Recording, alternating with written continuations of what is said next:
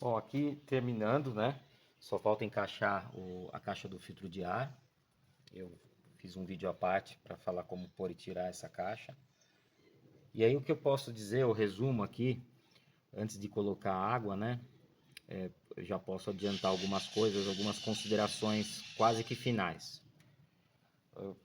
Quando você vai fazer esse serviço numa concessionária e você percebe que fica cara a mão de obra porque eles cobram por hora, mas você pode ter certeza que o manual técnico para desmontagem, manutenção, substituição dessa peça envolve mais desmontagens do que eu fiz. Por quê? Porque ficou muito caracterizado que assim, sem você retirar a bateria e o berço dela, né, a bandeja, e sem retirar aqui o coletor, né, com o corpo de os bicos e tal, o trabalho fica mais chato, né? Por quê? Porque esse sistema é formado por uma peça que entra por debaixo do coletor, né?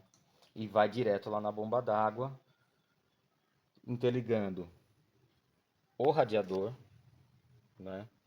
Com a cebolinha, e é o cavalete d'água, onde fica a cebolinha, que é a cebolinha de temperatura, assim como fica a válvula termostática e também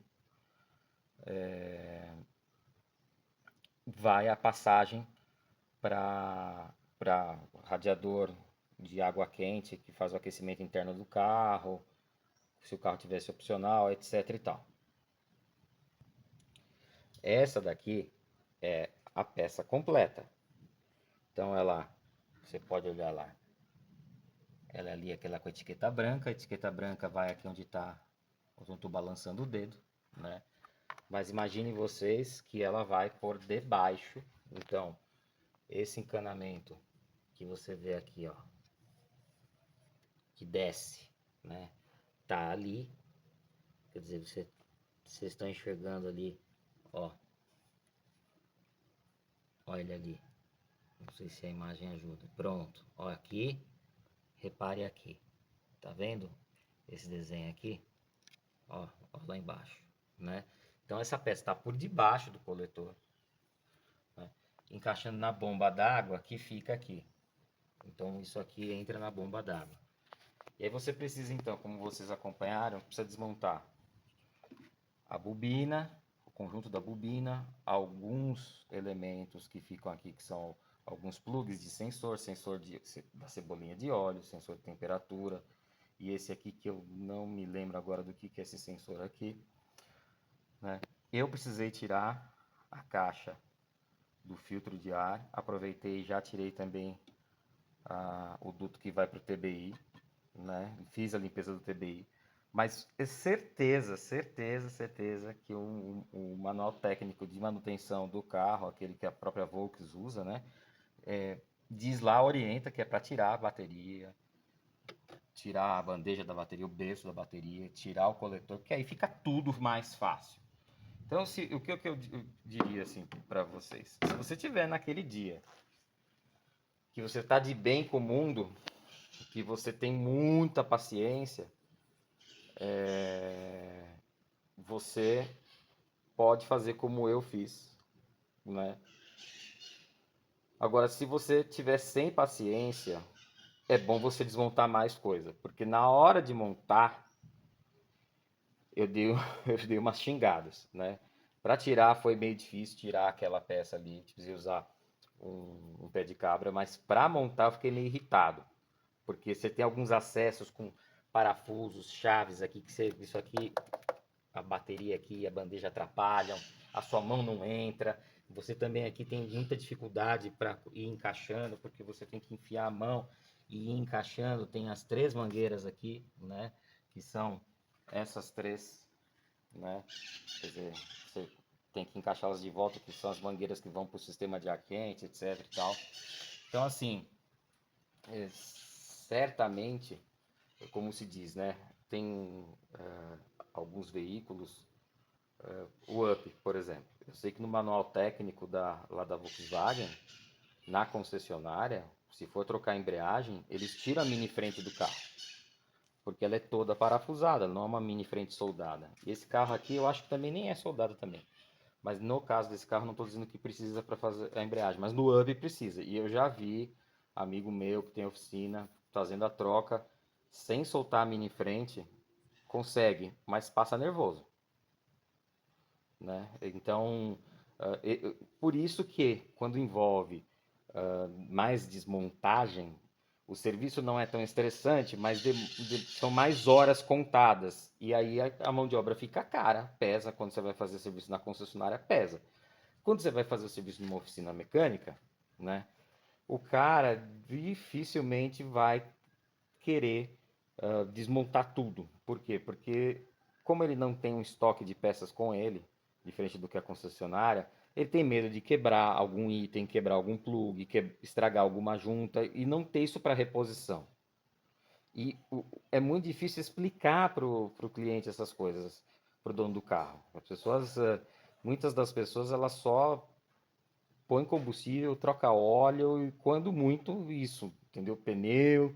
Então é muito difícil explicar, olha, cara, para fazer a desmontagem aqui, eu precisei disso, disso, disso, na hora que desmonta acabou quebrando isso, isso, isso, e precisei repor. Talvez o cara fale, mas aí quem quebrou foi você. Só que tem coisa que, assim, se você mexer, acaba quebrando.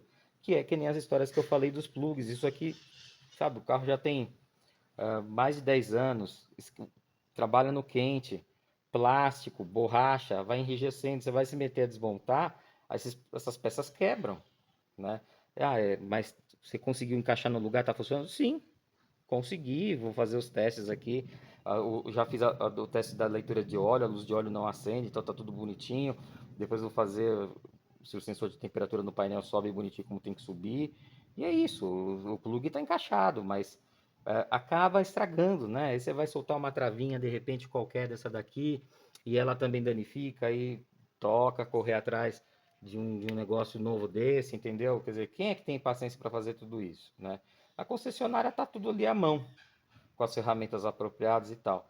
Agora, numa oficina mecânica tradicional, o cara não tem tudo. E aí ele pensa assim: não, eu vou desmontar o mínimo necessário e fazer aquilo que tem que fazer para não correr o risco de danificar mais nada.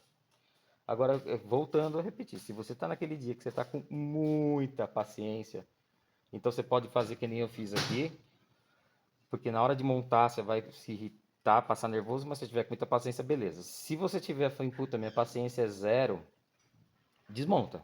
Desconecta a bateria, que você já ganha um bom espaço a mais. Talvez assim, só de desconectar a bateria, sem nem precisar mexer no corpo de borboleta, já é um adianto.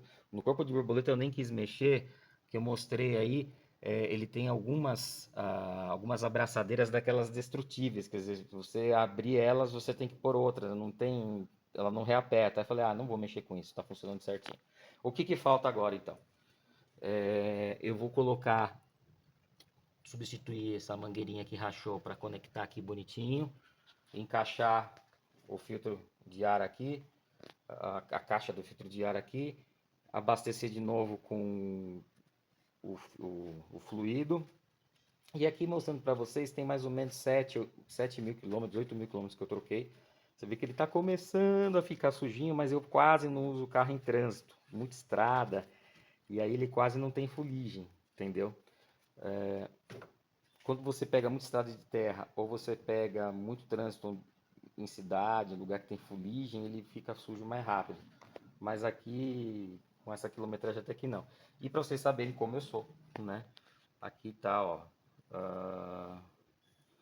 29 de março de 2023, com 160, agora está com 168. Filtro de ar foi trocado, né? E eu sou esse tipo, tá? Eu coloco, anoto tudo que eu puder, né? Troca de pneus, então coloco aqui data, quilometragem e tal, mas eu também, você falar, o que você está anotando aqui? Eu anoto a cada tanque. Ó, faço isso com todos os carros desde 1998, né? Esse carro aqui eu peguei ele em 2015, ele tinha essa quilometragem, foi meu primeiro abastecimento, né? Hoje ele tem último abastecimento, né? O quanto se gasta hoje em dia, olha a diferença, né? Foi R$100 um tanque de 55 litros, R$187 um tanque de 49. Aí antes tive outros carros, né, que ficou marcado aqui, enfim. Mas era só para mostrar para vocês.